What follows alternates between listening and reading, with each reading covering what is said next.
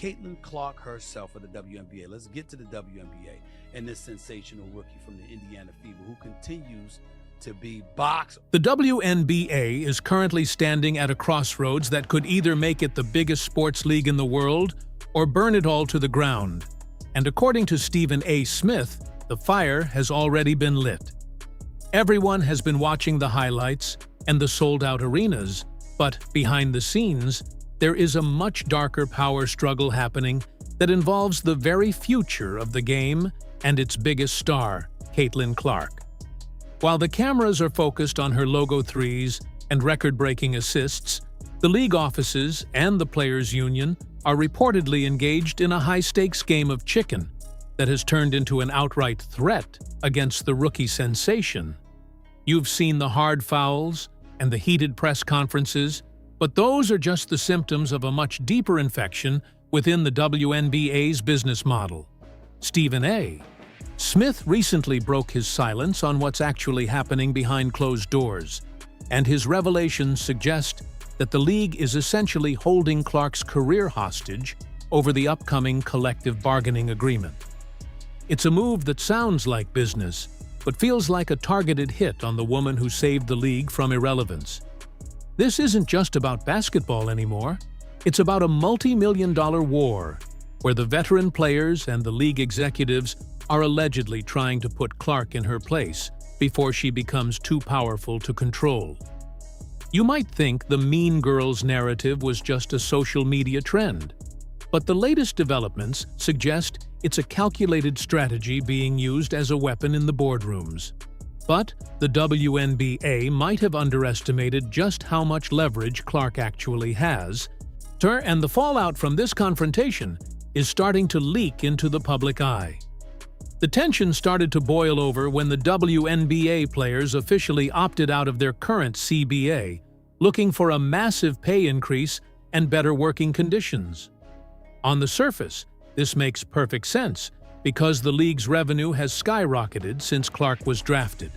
But the problem lies in how that money is being divided and who the league thinks deserves the credit. For years, the WNBA operated in the red, surviving on subsidies from the NBA, but suddenly they have a $200 million media rights deal and private jets for every team. The veteran players who spent decades grinding for crumbs are now looking at a rookie who walked in and changed the entire financial landscape in less than 6 months. Stephen A. So Smith points out that instead of being grateful, there is a toxic level of resentment brewing that has led to a threat against Clark's standing in the league. The rumor mill is spinning with reports that if Clark doesn't fall in line with the union's specific demands that might actually hurt her personal brand, she could find herself isolated both on and off the court. This isn't just speculation.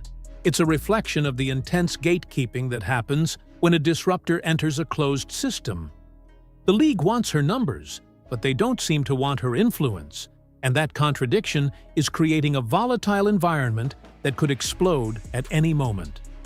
This led to a series of closed-door meetings where the tone reportedly shifted from professional to predatory. What makes this situation even more shocking is the way Stephen A.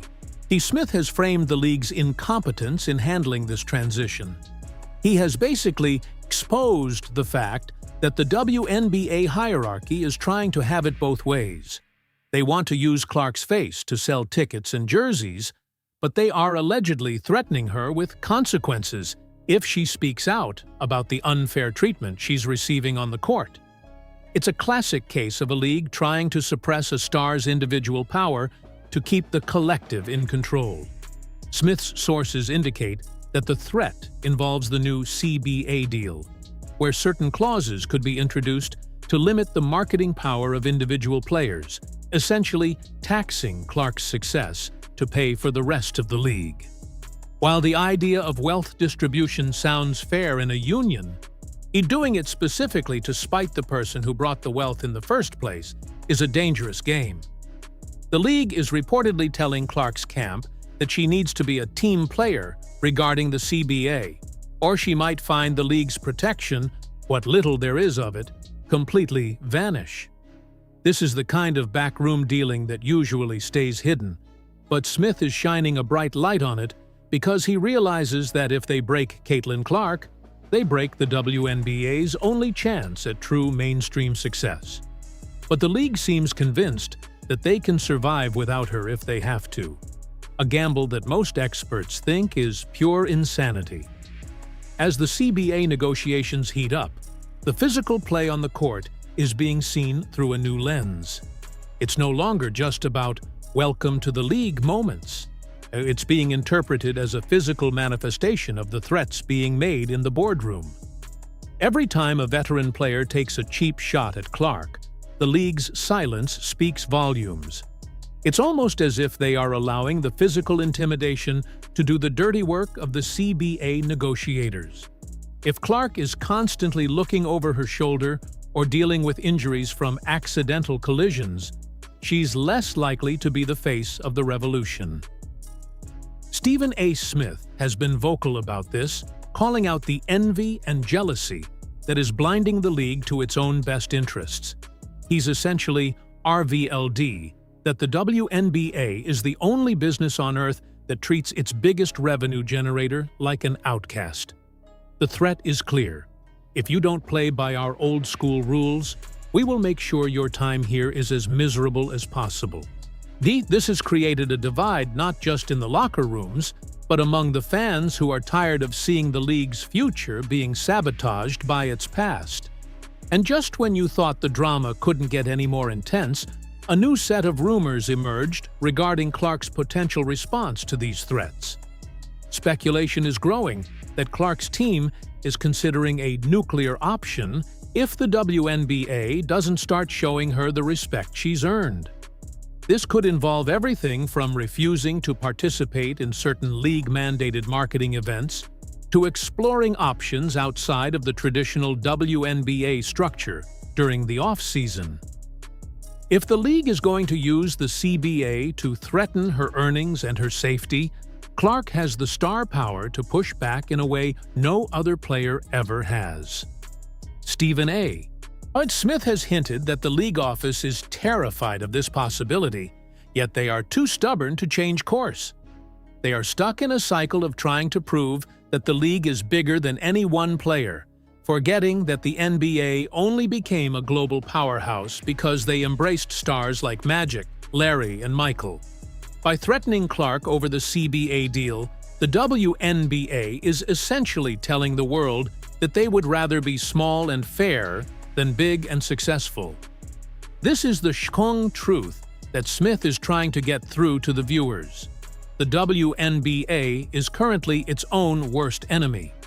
The Players' Union is reportedly pushing for rules that would make it harder for rookies to have a seat at the table, a move aimed directly at Clark's rising influence. But they might be forgetting that the fans didn't tune in for the union, and they tuned in for the girl from Iowa.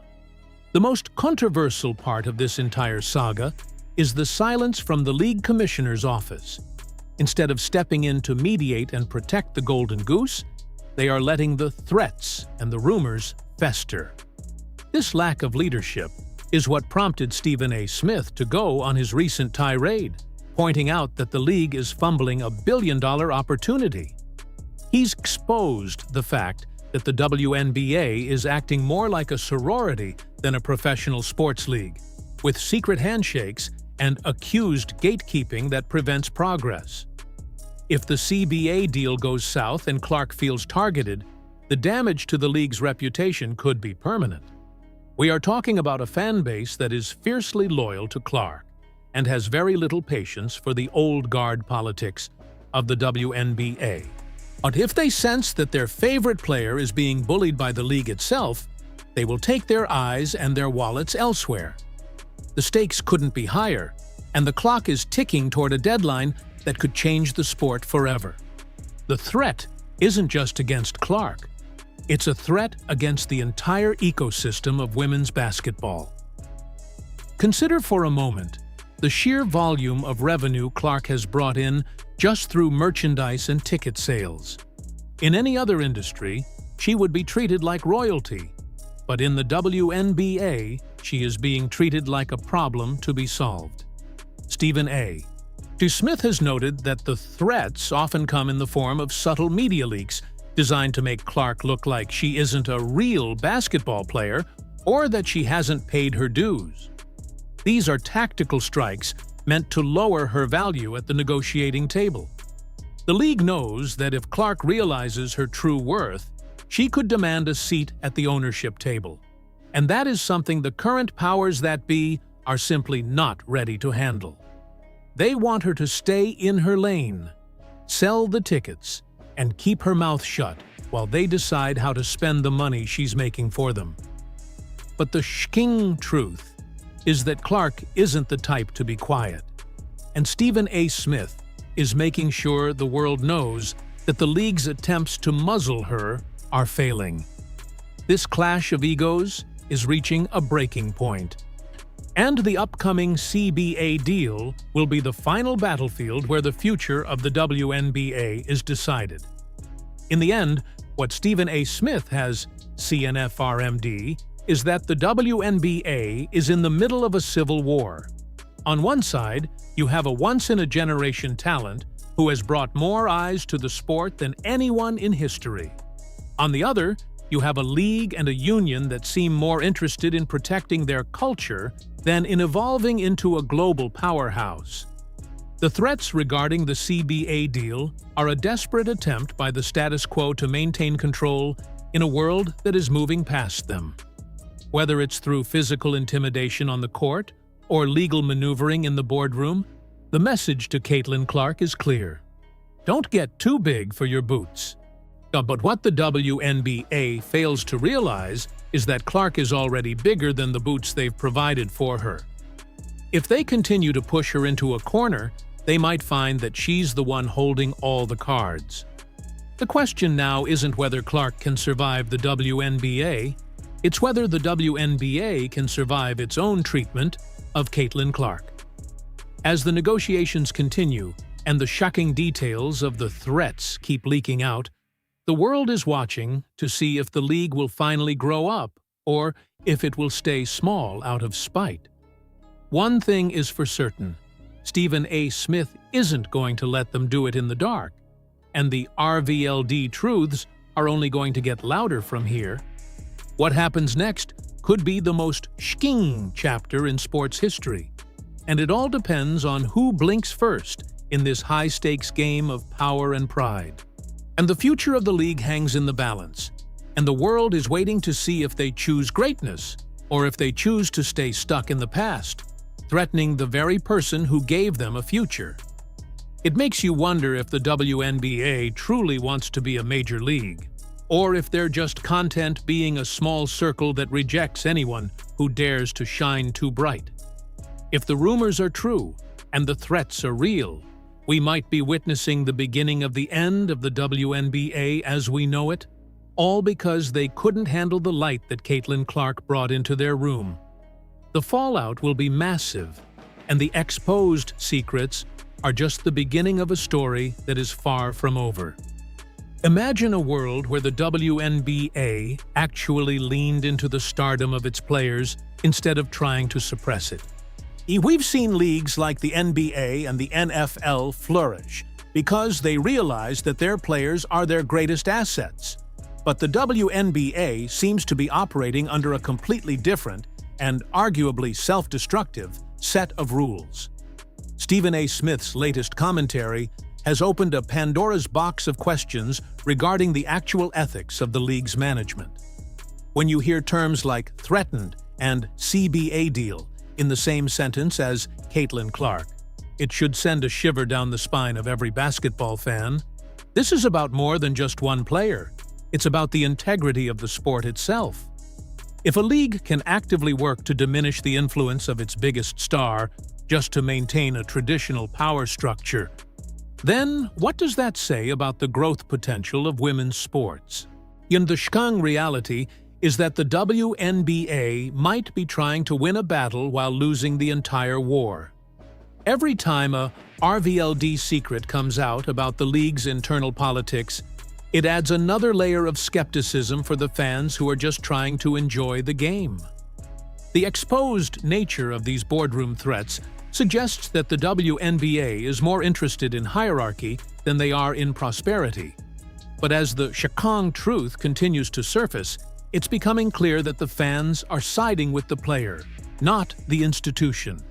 The WNBA is at a precipice, and the choices they make in the coming months regarding the CBA and their treatment of Caitlin Clark will determine if they soar to new heights or crumble under the weight of their own petty rivalries.